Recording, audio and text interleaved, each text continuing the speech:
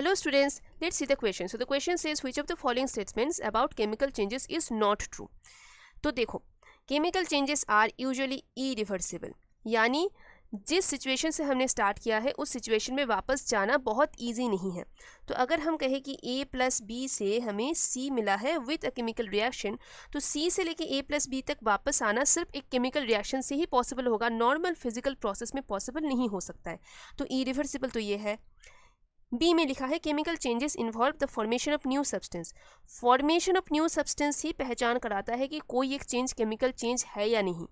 तो बेसिकली ये डेफिनेशन ही है एक तरीके से.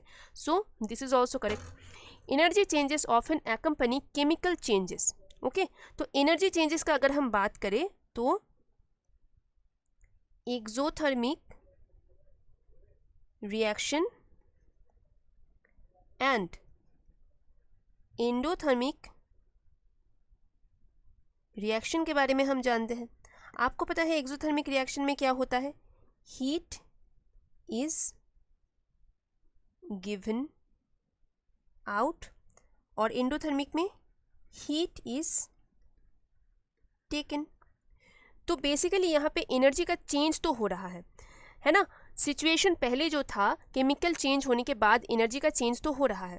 तो energy changes often accompany chemical changes, ये भी सही है. अब लास्ट में लिखा हुआ है chemical changes only involve changes in state, ये तो सही नहीं है. देखो, ऐसे भी रिएक्शन है जहाँ पे स्टेट का कोई चेंज हुआ ही नहीं है. जैसे कि अगर मैं आपको ये वाले रिएक्शन का कहती हूँ, आयरन के साथ सल्फर का रिएक्शन, दोनों ही सॉलिड स्टेट में है इसलिए ब्रैकेट में एस लिख दिया है मैंने. वहाँ से हमें मिलेंगे आयरन सल्फाइड जो कि सॉलिड स्टेट में ही रहेगा. तो बेसिकली यहाँ पे स्टेट का कोई चेंज हुआ ही नहीं है. तो क्या यहाँ पे कोई केमिकल चेंज नहीं हुआ है?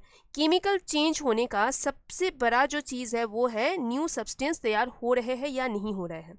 ठीक है. सो chemical changes only involve changes in state, ये ज़रूरी नहीं है.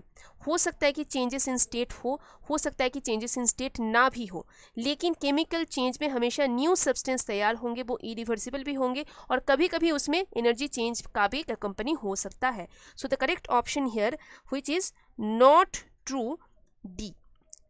आई होप आपको ये आंसर समझने में कोई डिफिकल्टी नहीं है. Thank you so much.